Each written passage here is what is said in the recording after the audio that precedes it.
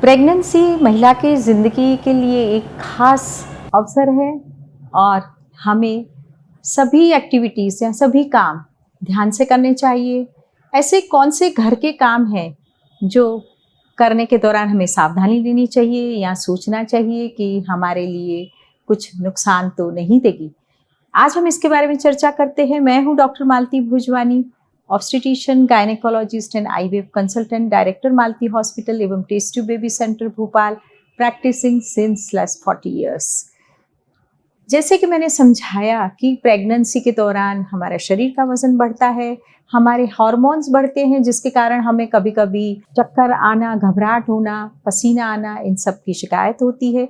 Baby bump बढ़ने के कारण हमारे जो बैलेंसिंग मैकेनिज्म है वो थोड़ा बिगड़ जाता है। बढ़ते हुए शरीर के वजन के कारण और बेबी बम्प के कारण हमें बैक पे काफ़ी प्रेशर आता है, कभी कभी बैक एक होने लगता है। और ये सभी कारणवश हमें घर के ऐसे कौन से काम करने चाहिए जिसमें कुछ तकलीफ ना हो प्रेगनेंसी के दौरान, ये ध्यान देना बहुत ज़रूरी है। तो सबसे हम पहले बात करते हैं कि जो गृहिणी है वो डेफिनेटली घर का काम, जैसे कि घर की साफ़ सफाई है, वो आराम से कर सकती है। लेकिन साफ़ सफाई के दौरान जो यूज़ होने वाले क्लिनजर्स हैं या जो क्लीनिंग मटीरियल्स है, उसके बारे में सोचना चाहिए कि वो बहुत केमिकल युक्त नहीं होने चाहिए। घर में सफाई करने के लिए हमें सेफ एजेंट्स जैसे बेकिंग सोडा है, सिरका है, नींबू का रस है, इन सब चीज़ों का इस्तेमाल करना चाहिए। इसी तरह से महिला अपने घर की बर्तन भी साफ़ कर सकती है, लेकिन बर्तन साफ़ करने के लिए मैं एडवाइस करूँगी कि आप अपना स्टूल ले लें, आप बहुत देर तक खड़े ना रहें। इसी तरह यदि जब भी आप अपना वॉशिंग मशीन चलाते हैं या कपड़े धोते हैं तो भी बहुत खड़े रह के ये सब एक्टिविटी ना करें। और घर का जो किचन का काम है, सब्जियां साफ करना, काटना, अनाज साफ करना, ये सारे काम आप कर सकते हैं। लेकिन इसमें ध्यान देने वाली बात ये है कि आपको बहुत ही लंबा सिटिंग नहीं करना है, बहुत देर तक खड़े नहीं रहना है।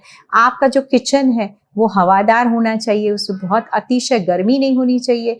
और जब आप कुकिंग करते हैं तभी भी इन बातों का ध्यान दें कि आप अधिक गर्मी में आप खाना ना पकाएं, आप बहुत धुआं वाली जगह पे ना रहें बहुत देर तक, नहीं तो आपको हो सकता है घबराहट या चक्कर आ सकता है। इसी तरह से आप किचन के सारे काम कर सकती है। लेकिन काम करने के दौरान अत्यधिक थकाने वाली एक्टिविटीज़ होती है, जैसे कि बहुत पोछा लगाना या झाड़ू लगाना, झुक के जो भी काम करना है उसमें आप सावधानी बरतें। आपको झाड़ू लगाना है तो आप लगा सकते हैं, लेकिन आप लंबे हैंडल वाला झाड़ू लें ताकि आपको झुकना ना पड़े। अब हम समझते हैं कि आपको सामान उठाना है। कभी कभी महिलाएं कहती है कि डॉक्टर हमारा बच्चा छोटा है और हमें उसको उठाना पड़ता है, तो क्या हम उठा सकते हैं? हमारे गर्भस्थ शिशु को तो कुछ नुकसान नहीं हो सकता। तो जब भी आप वज़न उठाने की बात करते हैं या जैसे आपके बच्चे का वज़न ज़्यादा है, 8 किलो से ज़्यादा है, तो आपको थोड़ी सावधानी बरतनी चाहिए और लंबे देर तक वज़न नहीं उठाना चाहिए। और यदि आपको कोई बॉक्स उठाना है, ज़मीन पे रखा हुआ है, तो आपको ज़रूर से सावधानी लेनी चाहिए कि आप झुककर वो सामान ना उठाएँ और आप अपनी कैपेसिटी देखें कि आप कितना सामान उठा सकते हैं। हल्का-फुल्का सामान आपको उठाना भी है तो आप स्क्वाट करके या थोड़ा बैठ के उस सामान को उठाएँ ताकि आपकी बैक के ऊपर प्रेशर ना आए। अब कभी-कभी महिला को कभी ऊपर वाले अलमारी से या लाफ्ट से कोई सामान उतारने की ज़रूरत पड़ती है, तो कभी-कभी ऊंचा स्टूल इस्तेमाल करते हैं या घर में जो सीढ़ी होती है उस पे चढ़ के सामान निकालने की कोशिश करते हैं। तो ये ज़रूर सावधानी रखनी है कि आप ऐसे स्टूल पे ऊपर, बिल्कुल हाइट वाले स्टूल पे ऊपर ना चढ़ें या सीढ़ियों पे ना चढ़ें अनलेस आपके साथ कोई खड़ा है, बल्कि आप ये रिस्क बिल्कुल ना लें। और आप इन सब चीज़ों को ऊपर चढ़ के जो भी कुछ काम करना है स्टूल्स पे, आप उस कामों को ना करें, उससे बचे रहें, क्योंकि प्रेगनेंसी के दौरान कभी कभी बैलेंस बिगड़ सकता है और आपको गिरने की शिकायत या कुछ इंजरी होने की शिकायत या गर्भस्थ शिशु को भी कुछ नुकसान होने की संभावनाएं बनी रहती है। अब हम चर्चा करते हैं कि क्या वर्किंग वुमेन्स जाती है अपनी ऑफिस में तो क्या वो लंबे समय तक उनको बैठना पड़ता है? सिटिंग जॉब्स हैं, कभी कभी खड़े रहने वाले जॉब्स हैं। तो हर महिला को ये सलाह दी जाती है, हर गर्भावस्था के दौरान हर महिला को ये सलाह दी जाती है कि आप लंबे समय तक खड़े होने वाले काम ना करें, बीच बीच में आप अपने टांगों की एक्सरसाइज या चलने फिरने का काम करें।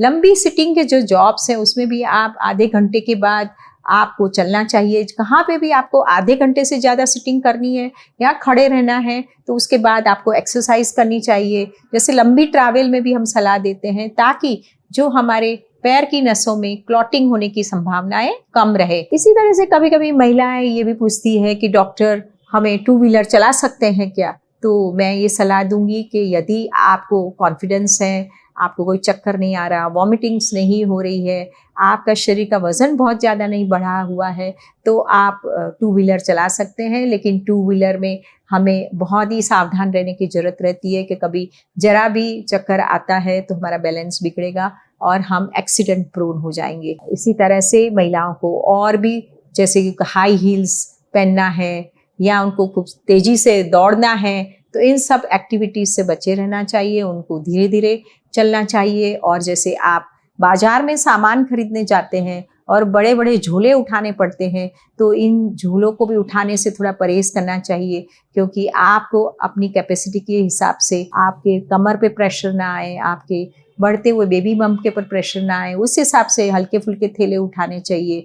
और सीढ़ियाँ चढ़ते उतरते टाइम खूब ध्यान देना चाहिए, खूब तेज़ी से वॉक नहीं करना चाहिए। और आप ज़रूर से इस बातों का ध्यान रखें कि तेज़ धूप में या तेज़ ठंड में भी आपको अपना ध्यान रखना बहुत ही ज़रूरी हो जाता है। और इस तरह से आप डेली मर्रा के काम में भी यदि आपकी प्रेगनेंसी नॉर्मल है तो आप करीब करीब 90% अपने काम कर सकती हैं। फिर भी आपके डेली एक्टिविटीज़ के बारे में या घर के कामों के बारे में आपके मन में कुछ भी प्रश्न है तो आप मेरे कमेंट बॉक्स में डालें। मेरे ये वीडियो आपके दोस्तों के साथ ज़रूर शेयर करें और प्रेगनेंसी रिलेटेड वीडियोस के साथ जुड़े रहें और मेरा यूट्यूब चैनल सब्सक्राइब करें। नमस्कार, धन्यवाद।